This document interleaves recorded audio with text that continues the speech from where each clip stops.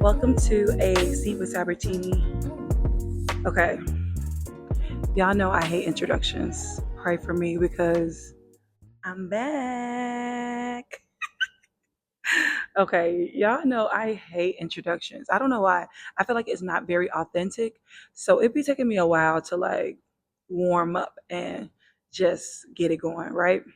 But welcome back to a seat with Sabertini. I am your style sister, your homegirl, your Chi-Town girl, and I'm so happy that you're listening again. Welcome back to a seat with Sabertini. So today's topic is putting you on, and there's a couple things that's just been going through my mind. So I wanted to just put y'all on to some things. And if you're already on, let me know. Let me know. Just be like, I've been on this. And if it's new to you, if you're like, hey, I never heard this before, please feel free to investigate. Also, I said this on TikTok. I said I like to argue, okay? And not really. I don't really like to argue, but I am very vocal. And I was talking to my homegirl about this. I am not afraid of confrontation. And I think confrontation is really good because you have to confront things. Like you have to talk about things, and if you don't confront things, you kind of hold on to this weird resentment. And we don't have time for that. So I am very confrontational amongst I have four biological sisters, and then I have six adopted sisters. And I'll be looking up because I have a lot of sisters, y'all. And some of my sisters came once we got older, and we were out the house. So I'm always like my eyes are like making sure I'm saying all my sisters. But yeah, so and my sisters always say I'm the confrontational one. That's because I'm not afraid. I'm going to say something. I'm going to say it. I can't just let it sit and fester. I got to say it right away. And sometimes my older sister, she'd be like, you don't have to confront things all the time. Sometimes you could just be quiet and just let it play out. And I'd be like, no, no, no, I got to say something all the time. And I feel like it works to my benefit. Some people may say I'm wrong, but I feel like it works to my benefit. But anywho, I am going to put y'all onto some things. And if you're already on, like I said, and you know about it, tell me what you know about it. If you this is something new to you and you like, oh, this is interesting, do your research, delve back down, tell me your thoughts on it. And if it's something you have like absolutely like like let me correct you, then let's argue. Let's argue in the most loving, godly way. Okay. So I got a couple of cue cards today just so that I can remember my topics because I be want to say a lot and then sometimes I don't get to hit everything I want to say. So I'm gonna first start off with putting you on a few books. Now, I don't have all the books that I want to put you on, but I do have two of them, and the two that I have says a lot about how I be reading them because, and I'm sure a lot of people know about these books, but if you don't know about them, one of them is The Four Agreements. And when I tell you this book is beat up, this is a book I give to everybody. If you're on my YouTube channel and you're watching the podcast, I have the book in my hand and it is raggedy. If you are, if you're listening on any platform, I have to describe it to you. It's raggedy. It's really raggedy. But that's because I actually use the book. I read the book. I go through the book. Uh, and so this Four Agreements is by Miguel Ruiz, and it's such a good book. It just really goes over different agreements that you make with yourself to pretty much help ground you and be a better person. It's really good. So if you haven't heard of it, definitely check it out. It's a book that I gift to everybody. My mom used to gift it to people, and that's how I heard about it. And so I really like this book. I feel like as I've gotten older and read the Bible a little more, some things in the book, I think about a little more lighthearted versus like as deep as it is. But I still think it's a really good book. And so I definitely recommend that y'all check this one out. And then I do have the Four Agreements. Oh, I said the Four Agreements. Lord, look here. That book is still stuck on my mind. I have The Secret. And so The Secret is really good. A lot of people, if you're like a person that's into manifestation, speaking to things into existence, this is what this book is about. And I really do love it. I do believe that God has a lot to do with what you speak into existence, but it's also your mindset. I had a friend that told me that thinking positive and speaking positive over your life creates better outcomes because you actually take action on the positive things. And that made a lot of sense to me. Obviously, like I said, I'm very spiritual. I'm really like leaning on God for everything, I'm like, no, it was the Lord. No, it was Jesus. Okay, it was your Lord. But when I think about that in a logical space of thinking about something positive and speaking about it positive makes you push harder for the positive outcome. And that just makes so much sense to me. So when I think about The Secret, I think about how, like, it talks about manifestation, but in actual reality, it is speaking and pushing and acting on the things that you have desired. And the more you act, speak, and believe that it's going to happen, the more chances of you not giving up until it happens. And so The Secret is a really good book. Look, it's raggedy. If you are watching on this podcast, you will see that the book is very raggedy. If you're listening on any streaming platforms, this book is raggedy. But that's because I've had it for a long time and I actually read it. I go through it. These are books that I read multiple times, so that's why I'm putting you on to, because these are not books that I just read once and kind of put it to the side. Like, these are life changing books sometimes that you have to revisit. Now, I am currently reading All About Love by Bell Hooks, and I don't have that book on me because I left it in my office, but that book is a really good book, and I haven't finished it yet, but I really do like this book, and I think it's going to be a book that I do revisit. What I will say is it has more feminism in it, talking about it in general, that I didn't expect to just get the knowledge and history on it, but it's really about love. And so it really makes me think of things differently, and then also think of our social construct very much different. And so those are some books that I definitely recommend. And then my favorite book, this Bible, I recommend this. I recommend that you read it cover to cover. I recommend that you read it multiple times. I don't actually think you should stop reading the Bible. Something that one of our head teachers at our church says is that he has been reading his Bible for 50 years. He's been teaching and over the congregation for 50 years or plus. And he says every time he reads it, he finds something new. He finds out something new. So I think that's just very interesting that every time he reads, he finds something new, and he's been doing it for like over 50 years. Like, I think that's a really long time to be like reading the same thing and finding something new. And that's how you know this has so much in it for us to understand. So get my favorite book, y'all, the Holy Bible. Uh, Preferably the King James Version. I think that one is more accurate, even though when I am reading the Bible, and I read the Bible every night, I feel like the New Living Testament version, I could understand more. But one of my homegirls, she really was telling me how she was reading both and saw the difference. Like, she was reading them in real time, both, like, and she saw the difference of the change and how it can get misconstrued. And so that kind of, I'm happy she told me, because that kind of steered me away from continuing to get like continuing to read the New Living Testament and not just only going to the King James, because the King James version is just more accurate from what I've been told and from what people who have a little more Bible knowledge than me has said. So just keeping that in mind. So definitely check out those books. Okay, so now I have podcasts I want to put you on.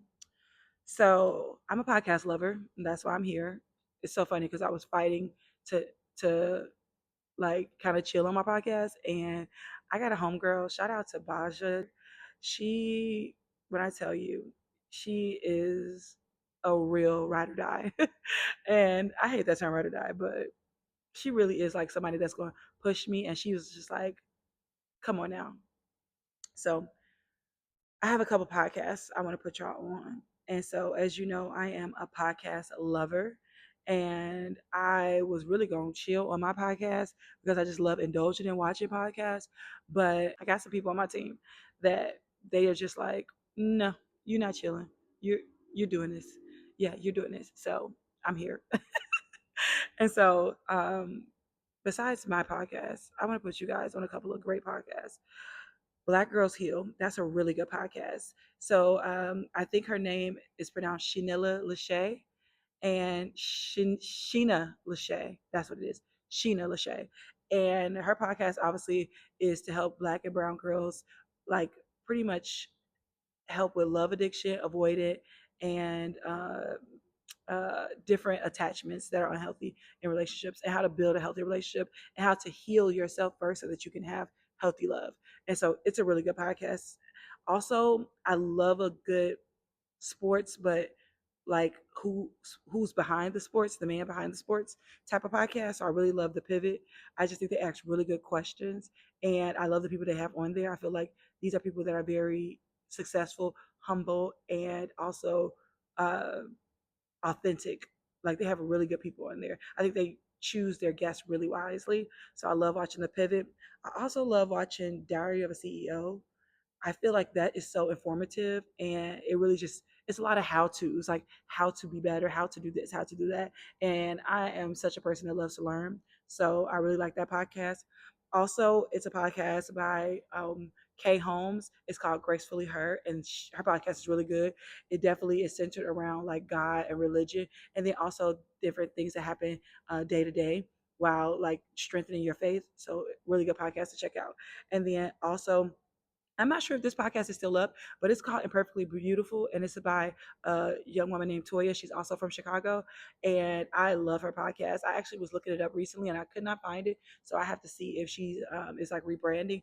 But she has a really good podcast called Imperfectly Beautiful. So if you guys can find that on anything, definitely go look for that. So those are a few podcasts that I really like. So I think y'all should check those out. Okay, now let's go into putting you on some Bible nuggets because this is something I want to touch on every episode, just making sure that people are locked in with God. And I think that's very important. And I feel like these days, people are very performative with God, but not very like uh, intimate with God, if that makes sense. So I wanted to just make sure that I'm bringing in a little truth, one step, one day, one point, one drop at a time until I fill your bucket. And so this is a drop, and I'm going to put you on to just knowing that the Ten Commandments are not done away with. I know that has been a thing to in some churches. Some Christians are saying that the Ten Commandments are done away with, and I am here to just reiterate that it is not done away with. The Ten Commandments are definitely not done away with. Okay, let me just move my mic so y'all can make sure y'all can hear me. Y'all can hear a girl. The Ten Commandments are not done away with. So Exodus obviously is, if you don't know, Exodus 20, 1 through 17 is all of the commandments. So it is the commandments going straight through. So if you want to educate yourself, if you want to biblically gain some knowledge, read Exodus 1 through 17, and you're going to know all of those commandments. And then Ecclesiastes. And so I want to go into that, and forgive me if I am saying it wrong. Ecclesiastes. Ooh, forgive me, y'all. Look here. I am just a black girl from Chicago that is, you know, learning my word day by day. And so Ecclesiastes is after, look, I should probably stop saying it right. It's after Proverbs. And so Ecclesiastes 12, and it is 13 and 14. Let us hear the conclusion of the whole matter.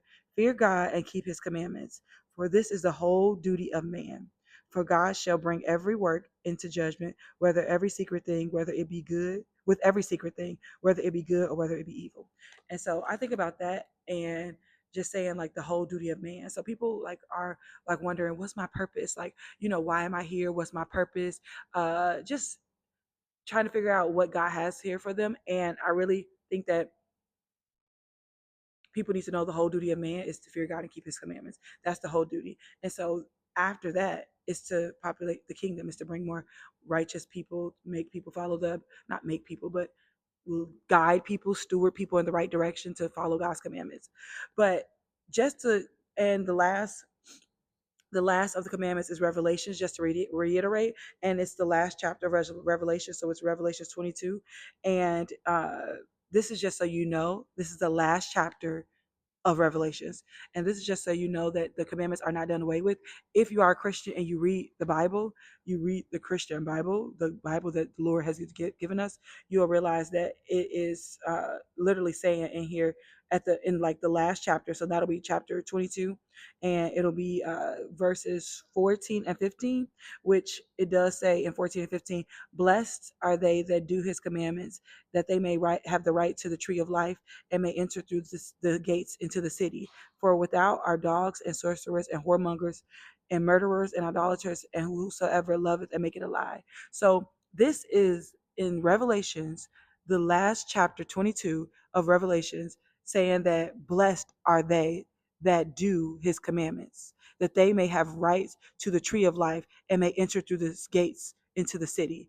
So that's pretty much enter into God's kingdom. So if it says this in the last chapter, you got to know that you have to keep his commandments.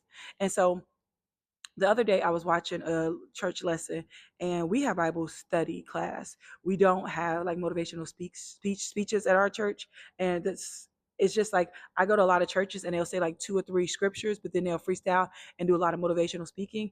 And in our church, people come and they say bring your Bible, like you're really gonna learn. And they go over at least 28 scriptures. And some people are like, oh my God, there's so much. But if you are really like have that zeal for God and you really have that reverence to learn God's word, then you are going to go in there and you are going to be excited to go through all of those scriptures because you're really learning something. And in the Bible, it says line upon line, precept upon precept. So I don't know what that looks like to you if you're only going to church and getting three scriptures and they're freestyling like, their testimonies and things like that.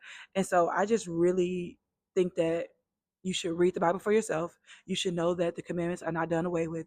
And a lot of people wonder why I don't go out on Friday nights and why I don't like I go to church on Saturdays and I observe the Sabbath. The only commandment that has remember in the front of it is remember to keep the Sabbath day. So that's something that you should investigate, you should look into, and you should really read your Bible, not just listen to what your pastors say, but read your Bible and see why God says that. And so that's the nuggets I'm going to drop as far as the biblical, nuggets to put you on. So those are the three things I put you on. If you have any questions, if you have any pushback, if you have any research that you like to, bring to my attention, I would love to hear it. And then I love to go over this current style moment. So your girl is in her brown. Do I look cute? I am such a millennial because I always have to throw up the peace sign. And it was so funny because I went to brunch with a couple of friends and we were all taking pictures and we were all like, peace sign. And it was like guys and girls. And it's like, we are such millennials, always throwing up the peace sign. It's so funny. But the style moment, so I have some army fatigue pants on for the ones that are listening. I have army fatigue pants on. I have these like brown suede winter boot heels. I have a like fuzzy, like doggy furry fuzzy coat on with a white button up under it and a brown tank top.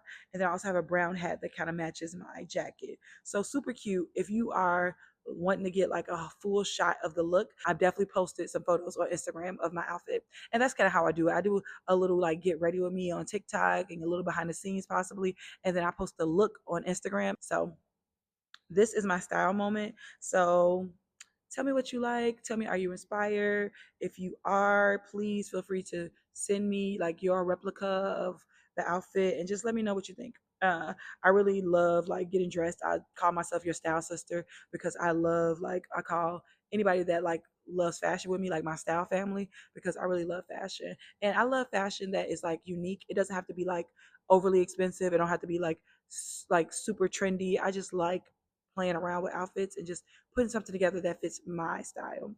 So this is a style moment. And feel free to go to my Instagram, Gabriella Sabertini _ and that'll you'll be able to see on there. You'll be able to see my full outfit.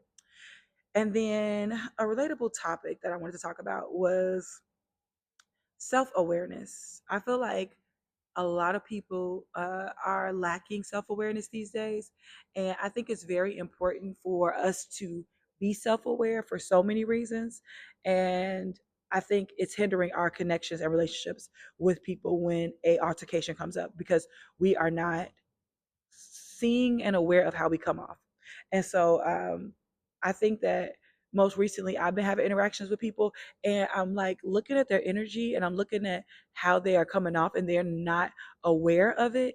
And sometimes in the moment, it's hard to be aware of the actual situation. So I am very conscious of just how I come off, my energy, the atmosphere that I'm in, and also I'm an empath. So excuse me, I'm an empath. So okay, I am burping everything. I'm an empath, so I really feel how people feel. Like I can take the energy very easily. And so with that being said, when people come off like funny acting and like off to me, I just be like, no, like I cannot do it. Absolutely not. And so I be trying to check my energy and be like, okay, change like my energy so that I don't let their energy dominate mine. But a lot of times it does, and it does bother me. And so I have learned to be more self-aware so that my energy doesn't shift because of how people are being odd. But then a lot of times I think about it later down the line and I'm like, I wonder if they realized how they were coming off. I wonder if they noticed that they were like their energy shifted. Like, and I wonder how many people are able to be more conscious about how they come off and to be able to correct it in real time or able to come back around and be like, hey, I know the other day, like my energy was off. Like, I'm sorry. Can you like, you know, forgive me because whatever A, B, and C things was going on. So I think about when people energy like are shifting and they're not very self-aware of how their energy is shifting. It's like people don't know how to correct themselves in real time. So I wanted to bring that like perspective of like, well, asking a question as far as, do you feel like you are self-aware of how you come off, self-aware of your energy, and self-aware of the things that kind of make you shift your energy, and if other people notice it. So let me know. I think that might have been like a very hefty question. It might have had a lot of like substance in it, but what I'm really saying is, are you aware of your energy in real time when it shifts? Do you feel like you are a person that is self-aware? And then I'm thinking about what is next. Um, yeah, I think that's it. That's all I got for you guys. So let me know your thoughts. Once again, the question of the episode is, do you think you are self-aware, and are you able to correct your energy if it shifts in a negative way in real time? So, and give me an example of two. I love to read like comments and what people say, and, like their perspective, because I think perspective is very important. I have a girlfriend that we send voice memos back and forth about our lives and things that's happened and how we feel about things. And she always gives me a different perspective, a perspective that I have never like thought about. And it's because we are like literally opposites. So because we're opposites, we think totally different and we were raised different. Like I was raised with a lot of siblings, and so she wasn't raised with a lot of siblings. So it's like sometimes when I'm saying something and I'm thinking like this perspective is a perspective that everybody has, she's like, well, I would like you to look at it like this. And I'm like, dang, you make a lot of sense. So I think perspective is very important. I think that friendships should offer different perspectives and doesn't always have to agree with the angle that you're going for. So that's why I say like I'm confrontational, but like not in a argumentative way, more in a way of like I'm going to confront things because I want to know like where you see it, how you see it, and if you could shift my perspective or if I could possibly shift yours, or we can come to an understanding and just be like, okay, you see it this way, I see it that way. So thank you for listening. Thank you for watching. Thank you for tuning in to A Seat with Sabertini. We're gonna run that back. We're gonna run that back. Okay. If you are listening, thank you for tuning in. If you are watching, thank you for taking a look. And if you are doing both, thank you for giving me your undivided attention. And so I just appreciate you and thank you for watching A Seat with Sabertini. I will see you in episode 3. And feel free to like, comment, subscribe, and then follow me on all socials. Fix it, Jesus. I can't even say socials. Feel free to like, comment, and subscribe, and also leave a review on all streaming platforms. And follow me on all social medias at Gabriella Sabertini _. All right.